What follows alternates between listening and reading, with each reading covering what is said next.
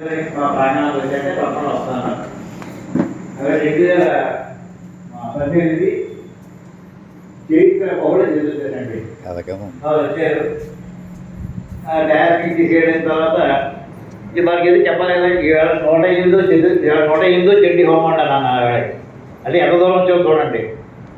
అలాగా అయితే సహస్ర చండీ చేయండి అన్నారు ఆయన. 108 మాకు ఊహ కట్టలేదు. సహస్ర చండీ అంటే దానికి ప్రయత్నాలు ఎక్కువ, దానికి ఖర్చు ఎక్కువ, ఏర్పడ ఆలోచన లేదు, అంత అనుభవం లేదు. కానీ జగద్గురు ఆదేశం చేసి తీరాలి.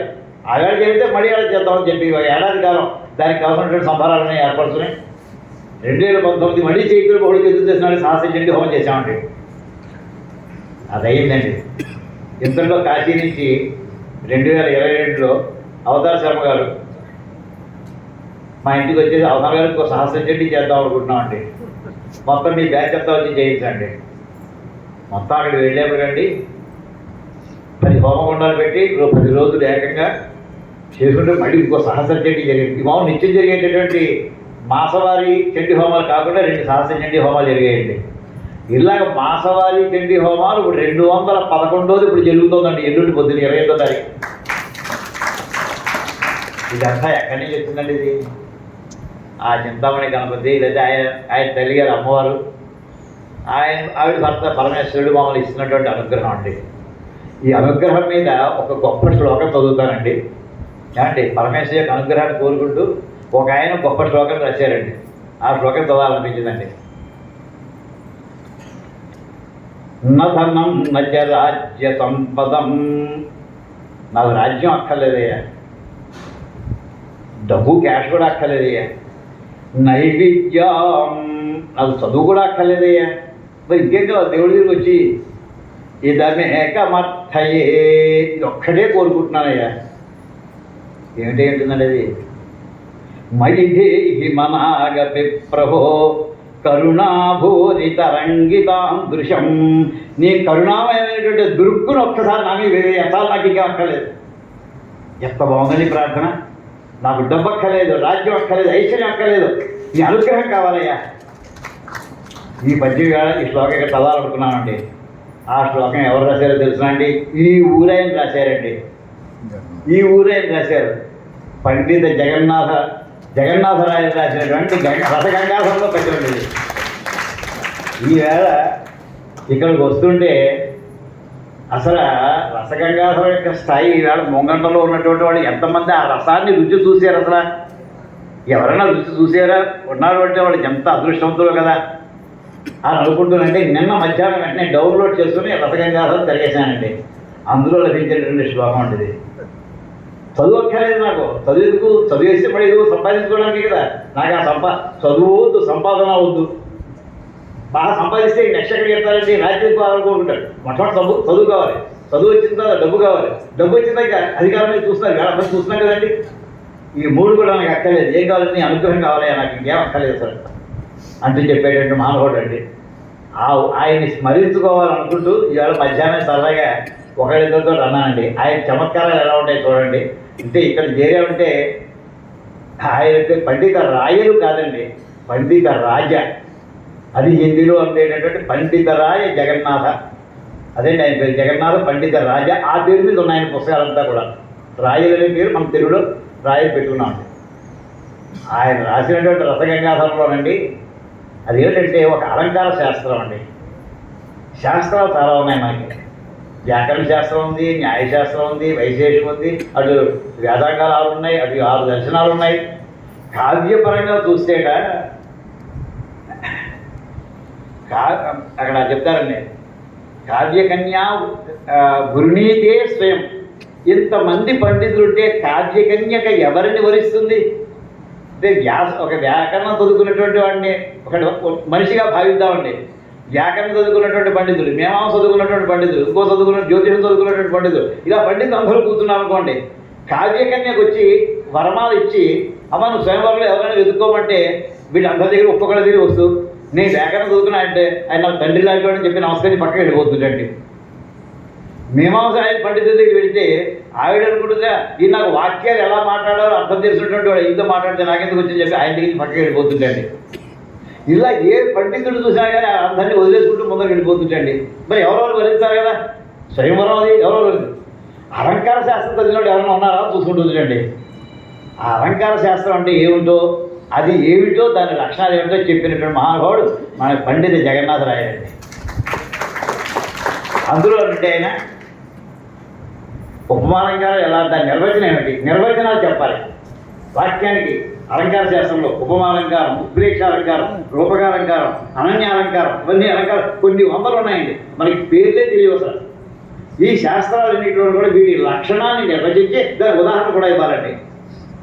ఆ లక్షణాన్ని నిర్వచించడం మహానుభావుడు ఆ వేళ రాసి, ఆయన పుట్టింది నేను చదివినటువంటి పుస్తకం ప్రకారం 1590లో పుట్టేటండి ఈ ఊళ్ళో. 1670లో కాశీలో ఆయన గంగా నదిలో కలిసిపోయారండి. ఆయన ఆఖరిని ఏంటంటే ఆ టైంలో షాజహాన్ పరిపాలన చేస్తుంటే షాజహాన్ కూతురు లేదా ఇంకో వాళ్ళు ముస్లిమ్సే, అతని కొడుకు ఔరంగజేబు, షాజహాన్కి 5 కొడుకులు, ఔరంగజేబు రెండో వాడు, పెద్దవాడు దారా. వాడికి సంస్కృతం అంటే అభిమానం అండి. దారాకి వాడిది సంస్కృతం నేర్చుకుంటారని చెప్పి ఈయన్ని ఆహ్వానించేటండి రాజధాని ఢిల్లీకి. ఎప్పుడు సుమారు 1640 ఆ ప్రాంతాల్లో.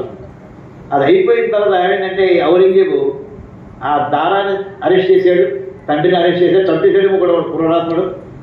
ఆ టైంలో ఈయనకి అక్కడ వస్తుంది, ఏమయ్యా నువ్వు మతం మారుతావా లేకపోతే వెళ్ళిపోతావా ఇక్కడి నుంచి చిన్న ఆప్షన్ ఇచ్చాడు బాబు అదృష్టశాతం. మతం మారి క్వశ్చన్ లేదన్నట్ల ఆయన అక్కడి నుంచి కాశీ వెళ్ళిపోయారు. వెళ్ళిపోయిన తర్వాత ఈయన మహాశివభక్తుడు అండి, ఎవరు జగన్నాథరాయలు. ఆఖరి అంత్యదశలోట ఈ శరీరాన్ని ఇలా కలిగితే కాశీలో మరణాన్ముక్తి అని చెప్తారు. గంగానది ఉండగా మనకి ఈయన మరి లౌకికమైనటువంటి దీలాయని చెప్పి రోజుకి ఒక్కొక్క శ్లోకం చదవడం ప్రారంభించేవారటండి. వేసవకాలంలో చదువుతుంటే ఆ గంగా నది రోజుకి ఒక్కొక్క మెట్టు పైకి వచ్చిందిటండి. 52 మెట్టు 52 శ్లోకం అయ్యాక అందులో నిమజ్జనం అయిపోయారండి ఆయన. మహానుభావుడు గంగానదిలో ఆయన స్తోత్రం చేత గంగానదిని ప్రసన్నం చేసుకుని ఆవిడలో ఆయన తన లీనం అయిపోయారండి. అది పండిత జగన్నాథరాయల యొక్క ఘనత అండి. ఈవేళ ఒక మాట అంటే ఇది జరగాలి అంటే వాక్శుద్ధి ఎంత స్థాయికి ఆయన అనుభూతిపూర్వకంగా ఎంత కృషి చేసి ఉంటారో మహాను లౌకికంగా చేసుకుంటే ఒక్కసారి ఆలోచించండి. ఆయన చెప్పిందల్లా చిన్న ఉదాహరణ చెప్తారండి సరదాగా. ద్రౌపది స్వయంవరం అండి. అయ్యా నాకు మంచిది కొంచెం పొలకగా ఒకడు ద్రౌపది స్వయంవరం అండి. అందరూ వచ్చి కూర్చున్నారు. మత్స్యంగాన్ని అర్జునుడు భేదించేశాడు. ఇప్పుడే అన్ని ఆ చివరికి మీమాంస వచ్చింది ఎవరు పెళ్లి చేసుకోవాలని. 5 పెళ్లి చేసుకోవాలని నిర్ణయం అయిపోయింది. ఎవరు వాళ్ళు అన్నారు. ఓ పక్క ధర్మరాజు, తర్వాత భీముడు, అర్జునుడు, నకులుడు, సహదేవుడు అండి. ఆయన ఒక ఉదాహరణ చెబుతూ ఈవిడ చూపులు ఎలా ఉన్నాయో అక్కడ చిన్న వర్ణన చేస్తాడండి. ఈయన ధర్మమూర్తి అంటూ ధర్మరాజుని ముందర పరిచయం చేశాడండి ద్రౌపదికి. తలకాయ వంచుకుని ఇలా చూస్తుంది అంటే తల వంచింది, చూపులు ఆయన పెట్టుకుందండి. అంటే ఆయన ధర్మ తేజస్సు ముందర ఎవరు ఆగలేరు. ఆ మహానుభావుడికి నమస్కారం చేయడం తప్ప మనం చేయగలిగింది ఏమీ లేదు అనుకుని తల కొంచెం కిందకు వస్తుంది. కానీ చూడాలి కదా మరి, అది కింద నుంచి కాదు, అది కళ్ళతో మనం చూస్తున్నట్టుగా అలా చూసిందండి. ఆయనకి చూసినప్పుడు చూపు, ఆయన చూసేది పక్క ఈయన భీముడు అని చూసేవాడు. ఆయన యొక్క దేహము ఆయన బలము చూసేవాడికి నోటి తెలబెట్టి ఆ రకమైన 2వ రకం చూపు చూసిందండి. 3వ రకం అర్జునుడు ఈయన అనేప్పటికీ ఓ ఈ మహానుభావుడు కదా మత్స్యత్వాన్ని భేదించింది. ఎంత సాహసి ఎందుకన్నా అంటే 16 ఏళ్ళ ద్రుపదరాజుని బంధించి తీసేడు. ద్రోణాచార్య గారి పాదాల మీద పెట్టాడు. అతనే కదా వేళ దుర్యోధనాదులు, కర్ణాదులు వీళ్ళెవరు చేయలేకపోయినటువంటి ద్రుపదరాజు బంధించడం చిన్న విషయం కాదు. అది ద్రోణాచార్య కోరినటువంటి ఏంటంటే పాఠం అంతా నేర్పేశాక గురుదక్షిణ ఉండన్నాడు. గురుదక్షిణ ఏం కాదు, ద్రుపదాలను బంధించి పట్టరండి అన్నాడు. మొత్తం కౌరవుడు వెళ్ళారు, హడావిడిగా వెళ్ళారు. చితక్కుడి పంపించేశాడు ఆయన ద్రుపదరాజు. ఈ 5 బయలుదేరి వెళ్ళారు. వెళ్ళిన తర్వాత ద్రుపదరాజు అక్కడ ఉండగా దగ్గరికి వెళ్ళి ఒక్కసారి తన రథం నుంచి ఆయన రథం మీద దూకేసి ఆయన అదిరిపోయాడు. ద్రుపదరాజు ఊహించి జంప్ చేసి ఆయన రథము వెళ్ళిపోయి ఆయన పట్టుకుని కట్టేసి రథాన్ని తోలుకుని మళ్ళీ ద్రోణాచార్య పడి కాళ్ళని పడచేటండి. అది ఇంత సహజ ఏమిటి మత్స్యత్వం ఎంత సూక్ష్మంగా ఆ చేప కదలని ఎంత మిల్లీమీటర్ దాటి మీదే బాణం తగదే అని ఆశ్చర్యంగా చూస్తుంది. ఏం శౌర్యమయ్యా, ఏం పరాక్రమయ్యా అంటూ అది 3వ రకం చూపుటండి. తర్వాత నకుల సహదేవుని చూసింది. బా ఇంత అందంగా ఉన్నారా వీళ్ళు, నకులుడు మన నకుల అనే పదానికి ఎట్లంటే అంతగాడు పొలంలో ఇంకన్నా అన్న కుల అంటే పొలంలో ఇంత అందగాడు గొడవ లేక అని చెప్పి నకుల పేరుంటండి అతనికి. మరి ఇంత అందంగా ఉండొచ్చా మనిషి అనేవాడు, అందరూ మగవాడు ఇంత అందంగా వచ్చా అని ఆశ్చర్యంతో టర్న్ అవుతుందా ఈయన నా భర్త, ఆయన అందకుండా నేను ఎక్కడుంటాను అసలు అంటూ ఇంకో రకంగా చూస్తుందండి. ఇలాగ మొత్తం 5 రకాల అన్నీ కలిపి అది ఒక్క శ్లోకంలో రచించాడండి ఆయన. ఎంత అందంగా ఉందండి ఈ భావన ఎవరికైనా కలుగుతుందా? 5గురిని చూస్తే కన్యకైనటువంటి కదా అప్పుడే ప్రౌఢ నవ్వుడు అంటుంటాం, అప్పుడే పెళ్ళైనటువంటి అమ్మాయికి ఇన్ని రకాల చూపులు ఒక్క శ్లోకంలో వర్ణించడం. అది పండిత్ జగన్నాథరాయలు రాసినటువంటి శ్లోకంలో రసగంగాధరంలోదండి. ఆయన రాసిన ప్రతి శ్లోకము అపూర్వం అండి. అయితే ఆయన అసూయ గురించి రాయవలసి వచ్చిందండి. అసూయ అంటే అవతల చేసిన నచ్చగా వీడేం చేయలేడు, బాధపడిపోతుంటాడు. అది దాని మీద చిన్న శ్లోకం రాస్తారండి ఆయన. సీతా స్వయంవరంలో శివధనుర్భంగం చేశాడు శ్రీరామచంద్రుడు. ఆ చాలామంది రాజులు వచ్చాక ఆ వేళ వాళ్ళలో అసూయ బయలుదేరిందండి. అసూయ కుర్రాడితనం ఎన్నేళ్ళు అతనికి ఓ షోడశ వర్షోభే రామో రాజీవలు వచ్చిన అంటాడు దశరథుడు పంపించే ముందర విశ్వామిత్రుడు. ఇంకా 16 ఏళ్ళు నిండలేదయ్యా అంటే 16 మైనస్, ఇవాళ మనం 70+ అంటామండి. ఆయన 16 మైనస్ అన్నాడు ఆయన. ఓన్ అంటే లెస్. ఓన షోడశ వర్షోభే రామో రాజీవలు వచ్చిన మా అబ్బాయికి 16 ఏళ్ళు నిండలేదయ్యా అన్నాడు. అంటే ఎక్కడి నుంచి పోనీ ఆ విశ్వామిత్రుడికి యాగ సంరక్షణ ఇవన్నీ 2-3 నెలలు పట్టింది అనుకోండి. పోనీ 16 ఏళ్ళు అనుకుందామండి. 16 ఏళ్ల కుర్రాడి ఇంత ధనుసు ఎత్తేస్తాడా అని వాళ్ళకి ఎత్తలేకపోయినటువంటి వాళ్ళకి బాధ వచ్చి అసూయ పడ్డాక దాని మీద ఈయన శ్లోకం రాస్తారండి. అదేంటంటే కుత్ర శైవం ధనురిదం క్వచాయం ప్రాకృత శిశు భంగస్థ సర్వసంహత్ర కార్యేనైవ వినిర్మిత. ఈ కుర్రాడి కథే వినపడతా, ఈ ధనుస్సు వినపడేది ఈ కుర్రాడి అసంభవం అన్నట్టు వాడు విరక్కొట్టేసిన తర్వాత కూడానండి తట్టుకోలేక వాళ్ళ ఎవరికి సీతాదేవి దక్కలేదు, ఈ కుర్రాడి దక్కింది. అది అసూయ వచ్చిందిట. అసూయకి ఉదాహరణ చెప్పారండి. అంటే శివధనుస్సు ఎక్కడయ్యా, దాని బరువు ఎవరన్నా ఊహించగలడా? శివుడు పర్వతం ఎత్తాలంటే ఓ మేరు పర్వతం, ఓ హిమాలయ పర్వతం ఆ స్థాయిలో ఉంటారు ధనుస్సు. అటువంటి బరువు ఉండేటటువంటి శివధనుస్సునే ఈ కుర్రాడా, చిన్నపిల్లాడా, 16 ఏళ్ళ లోపు వాడా నమ్మచ్చా? ఏదో చేస్తుంటాడు. ఇక్కడ మా ఉద్దేశంలో ఎలా విరిగిపోయిందంటే కాలస్వరూపుడైనటువంటి పరమేశ్వరుడే ఆ విరక్కొట్టేసేవాయని కాలాన్ని చెప్పేట. అంతేత ధనుస్సు విరిగిపోయింది రండి. శ్రీరాముడు విరక్కొట్టలేదు.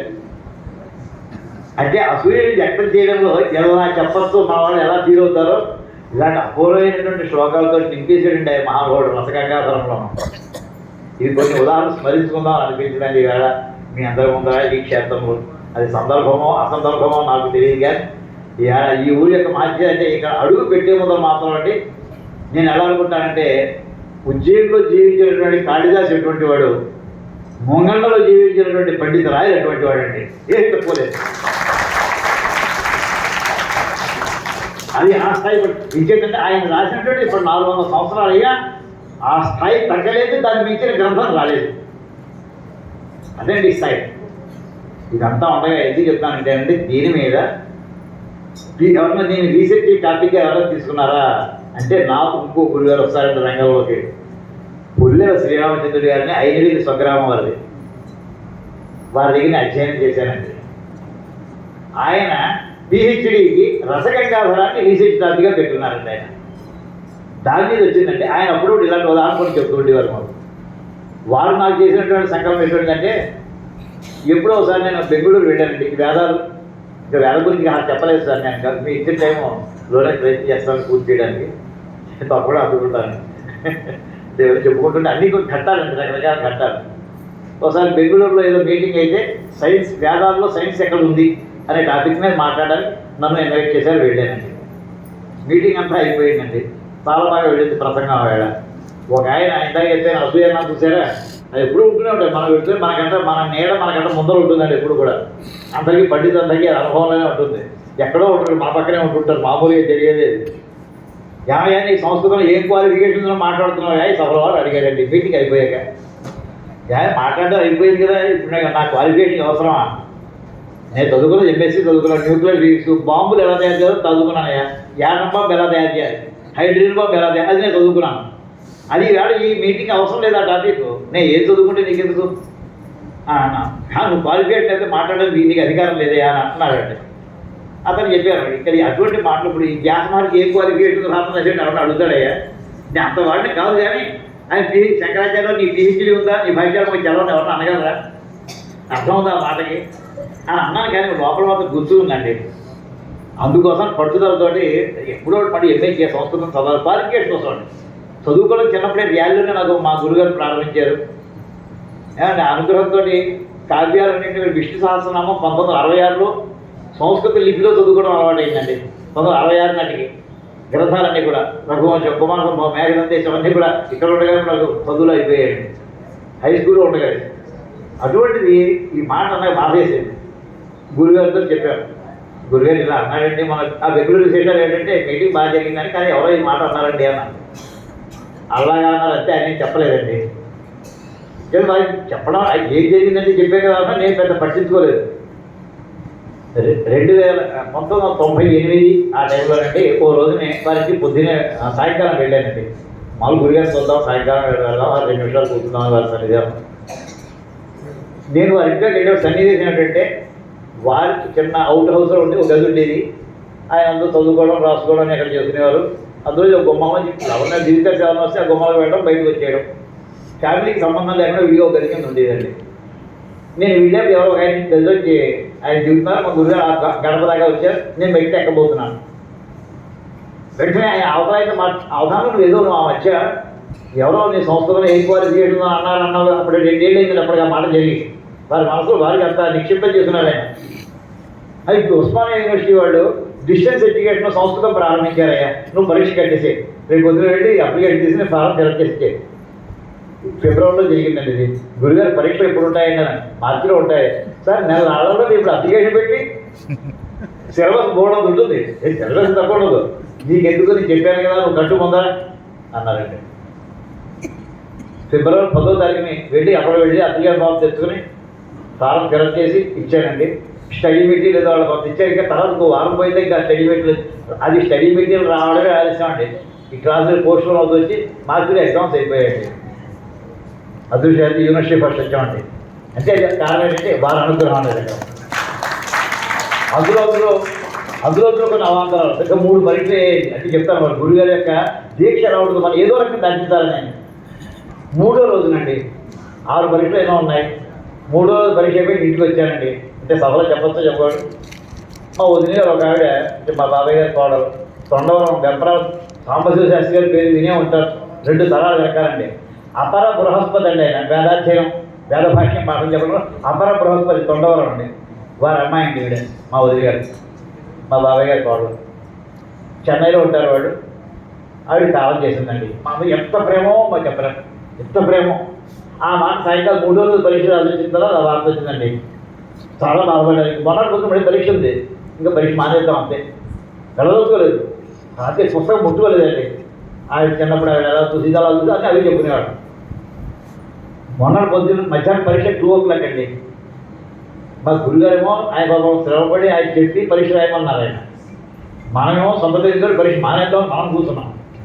ఈ మాట ఆయన చెప్పి మానేస్తే బాగుంటుంది చెప్పి మొన్నటి పొద్దునే 8ంటికి మా గురుగారింటికి వెళ్ళి బయట నుంచునే, నేను ఇలా వచ్చి ఈ టైంలో వచ్చేవాడే అన్నాను. ఇవాళ పరీక్ష మానేద్దాం అనుకుంటున్నాను అంటే ఇలా జరిగిందని అన్నాను. అది ఆయన బాధపడి, అంటే నువ్వు చెన్నై వెళ్తున్నావా మరి అన్నారు. లేదండి కార్యక్రమం నిన్న అయిపోయిందని అన్నారు. నువ్వు పరీక్ష మానేసి ఏం సాధిద్దాం అనుకుంటున్నావు అని అడిగారండి నేను.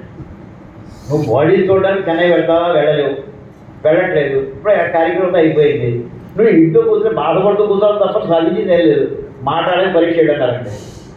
నేను చదవలేదు గురుగారు, నీకేం వస్తుంది రే, నాకు డౌట్స్ ఉన్నాయి గురించి నేను మానేద్దాం, నీకు ఆయనతో ఆర్గ్యుమెంట్ అండి.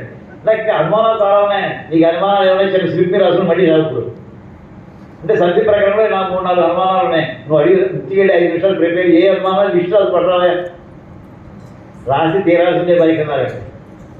అంటే గురువు యొక్క అనుగ్రహం చెప్తున్నానండి. చేసేప్పటికి వెంటనే ఇంటికి వెళ్ళి 4 ఎక్కడెక్కడ చదువుతున్నాయి, పుస్తకాలు ముట్టుకోకూడదు కదా, ఏదో జ్ఞాపకం కాగితం మీద బయట వరకు వచ్చాను. గడప యువతలు నేను గడప దగ్గర ఆయన నుంచునే అది చెప్పారండి. పరీక్ష వెళ్ళాను, అదృష్టాలతో ఫస్ట్ వచ్చారండి. అంటే వాళ్ళు చెప్పిన 15 నిమిషాల్లో విషయాన్ని ఎలాగ మనకి అందించారో, పరీక్షలో ఎలా పంపించారో చూడండి. అది అయిన తర్వాత నువ్వు ఆపద్దు, పిహెచ్డీ చేయి, సంస్కృతంలో పిహెచ్డీ చేయించారు. ఆపద్దు జ్యోతిషం చదువు ఎంఏ చేశాను, అది కూడా ఆపద్దు మరి పిహెచ్డీ చేయి. ఇది అయితే యూనివర్సిటీ మేము పిహెచ్డీ ఇస్తున్నాం. ఇలాగా ఇదంతా ఎక్కడి నుంచి వచ్చింది? గురు కటాక్షం అండి. గురు కటాక్షం అయితే వేదమాత అనుగ్రహం ఇవ్వదండి అసలు. ఇది ఖచ్చితమైనది. ఇది నా సంపూర్ణమైనటువంటి అనుభవం అండి. ఇదంతా చెప్పుకుంటుందండి. అసలు వేదమాత మనం ఏం చేసాం ఇందాక వాళ్ళు చెప్పినట్టు కొన్ని సన్నివేశాలు చెప్తానండి. ఇంటూ వేద కుటుంబంలో పుట్టబట్టి ఏదో పూర్వం చాలా ఉంది, వేదాలు చాలా లుప్తం అయిపోయాయి.